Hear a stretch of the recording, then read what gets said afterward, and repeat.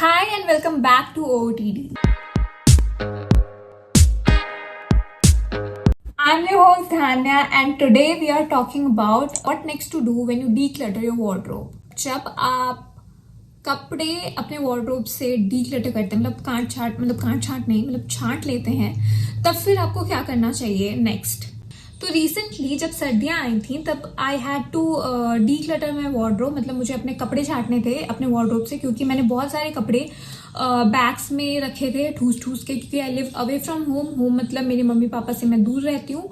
तो I have a very small सा closet का स्पेस, तो उसमें मुझे कपड़े रखने थे, अपनी सर्दियों के एडजस्ट करके रखने थे ताकि इजीली एक्सेसिबल हो मेरे लिए वो। अब मेरे पास 4 थैले हो गए थे मेरे यूज्ड क्लोथ्स के, पुराने वाले यूज्ड क्लोथ्स के। इनमें काफ़ी सारे कपड़े ऐसे थे जो कि मैंने संभाल के रखा था, क्योंकि मुझे अपने सामान से बहुत ही ज़्यादा लगाव हो जाता है। मैं पता नहीं क्यों मेरे से बनता नहीं है कि मैं उन कपड़ों को फेंकूं, हटाऊं, कुछ भी करूं ऐसा। लेकिन इस बार मैंने सोचा कि I have to get rid of them, I have to, अब तो करना पड़ेगा धान्या, अब तो करना पड़ेगा। फिर I collected them in bags जो मेरे घर पे थे, मीडियम साइज बैग्स में मैंने रखा, और वो देखते देखते 4 मीडियम साइज बैग्स में भर गए। तो मेरे दिमाग में ये ऑलरेडी पहले से था, मैंने सोचा था कि मैं ये डोनेट करूंगी ये कपड़े कुछ। फिर मैं इंसान थोड़ी सी लालची हो गई, फिर मैंने सोचा कि क्योंकि H&M में मैंने पहले भी एक्सचेंज कराया था कपड़ों को, तो मैंने सोचा क्यों नहीं मैं 2 बैग्स H&M में भी दे आऊँ।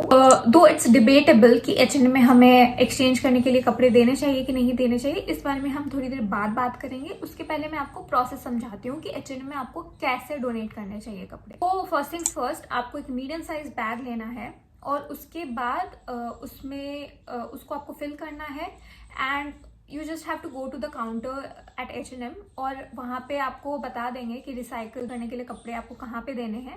ज़्यादा से ज़्यादा आप 2 बैग्स ले जा सकते हो, क्योंकि एक फ़ोन में, मतलब एक मेंबरशिप आईडी के साथ वो सिर्फ 2 वाउचर्स देते हैं, मतलब 2 मीडियम साइज बैग्स लेके जाएंगे आप, तो ईच के लिए एक्सचेंज में वो वाउचर्स देंगे 15% ऑफ ऑन 1 सिंगल आइटम, ठीक है।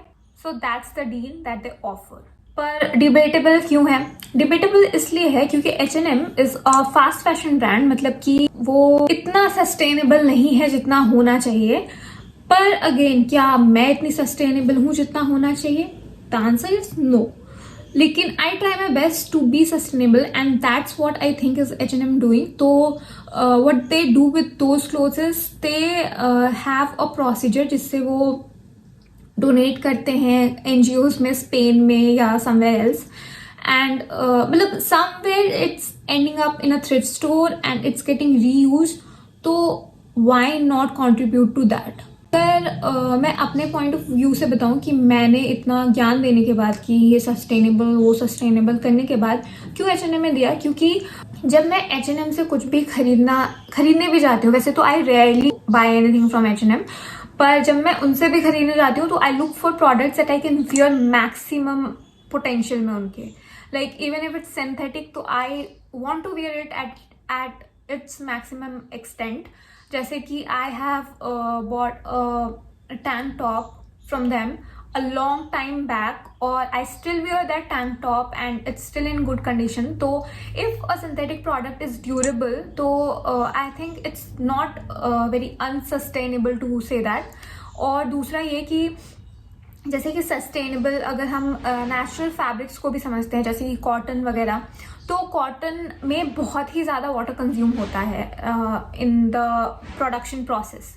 I'm not saying that synthetics are the best thing to invest into, but if it's durable, you can definitely think of investing in that. But अगर बिल्कुल ethically made clothing है, बिल्कुल sustainably made clothing है और आपके पास पैसे हैं उनमें इन्वेस्ट करने के लिए, तो प्लीज डू दैट, प्लीज। पर मेरे पास नहीं है इतने, इसलिए I have to switch for option, and I am not saying that jokingly, I am serious about that. Apart from H&M, there's one more brand that does a similar thing, पर H&M में आप कोई भी कपड़े ले जा सकते हो, कोई भी आपके पुराने कपड़े हो, कुछ भी कपड़े ले जा सकते हो। पर other brand is marks and Spencer, तो वहाँ पे आप मार्क्स एंड स्पेंसर के ही कपड़े ले जाके उनको दे सकते हैं and they offer you some discount और some points over those clothes, और उससे आप मार्क्स एंड स्पेंसर से ही शॉपिंग कर सकते हैं। मार्क्स एंड स्पेंसर में ये कंडीशन है कि आपको उन्हीं के कपड़े लेके जाने हैं। There is one more option कि आप ज़ारा में अपने पुराने कपड़े दें, पर ज़ारा ऐसा कुछ ऑफर नहीं करते हैं as far as I have read. Instead of going to Zara and like donating your products, like donating your old clothes to Spain or some other country, why not donate in our own country?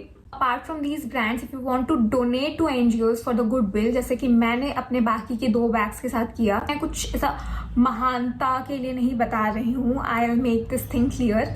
I just wanted to make sure कि it like reaches to the needy. बस मेरे पास bag ज़्यादा हो गए थे तो मैंने सोचा कि थोड़ा सा फ़ायदा उठा लेते हैं, इतना तो चलता है ना।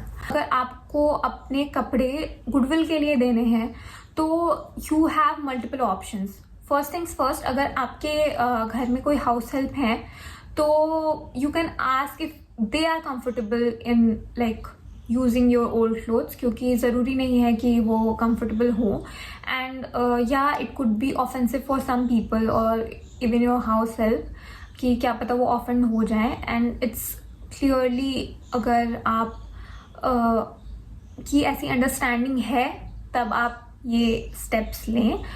Otherwise what you can do is also look around for needy people. फिर अगेन वही ऑफेंसिव नॉन ऑफेंसिव वाली चीज़ें, तो it's better to reach out to an NGO and say that I have my own clothes and I want to donate it to you.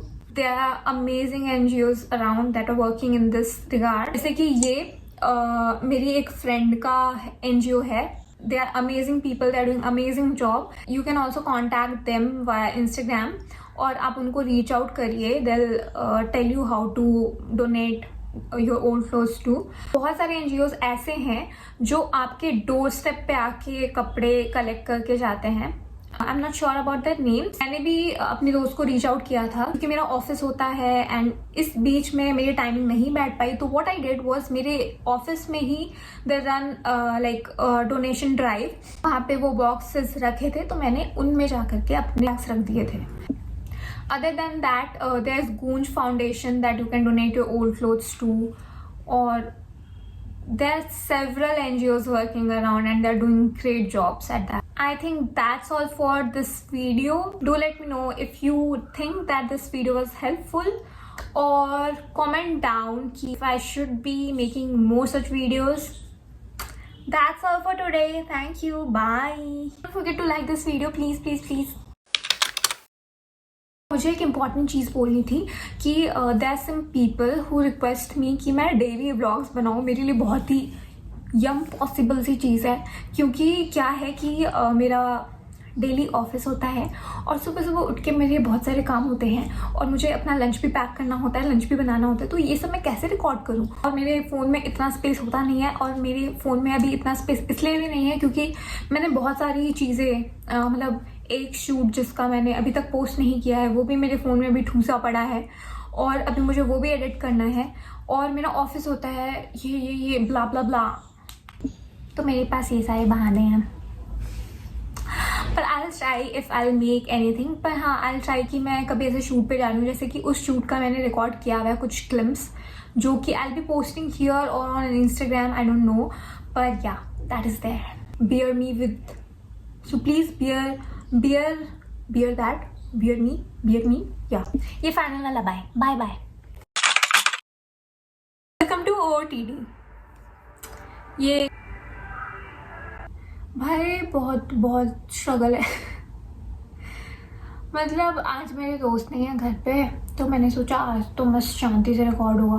तो ये पता नहीं क्या सुबह से कंस्ट्रक्शन में नहीं चल रहा, कुछ अलग ही काम कर रहे हैं, और फिर मैंने सोचा कि अब करते हैं रिकॉर्ड, तो बच्चे आ गए, बच्चे खेल रहे हैं छत पे। दोस्तों ये मेरी डायरी है जहाँ नोट डाउन माई आइडियाज़ की ये पे वीडियो, ये मैं बकवास कर रही हूँ क्योंकि ये ऑडियो हटा नहीं रहे हैं, ये बैकग्राउंड म्यूज़िक दिए जा रहे हैं, ये स्वच्छ भारत, कुछ सफाई तो होती नहीं है, मतलब अब तो शांत है। ये गिलहरियाँ चुप नहीं हो रही हैं, इनसे मतलब अभी इनको सारी बातें करनी है। शायद चले गए. Should I start? Should I?